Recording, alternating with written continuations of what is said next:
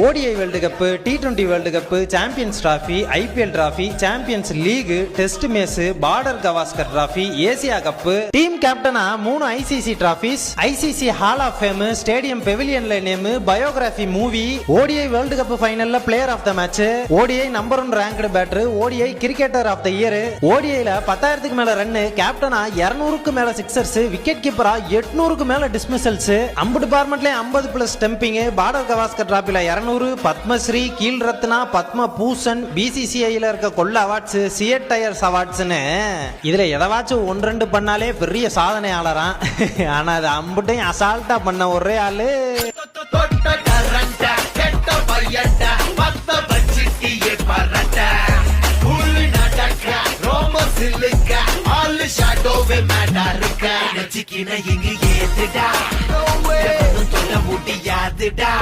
பார்க்கலாம்.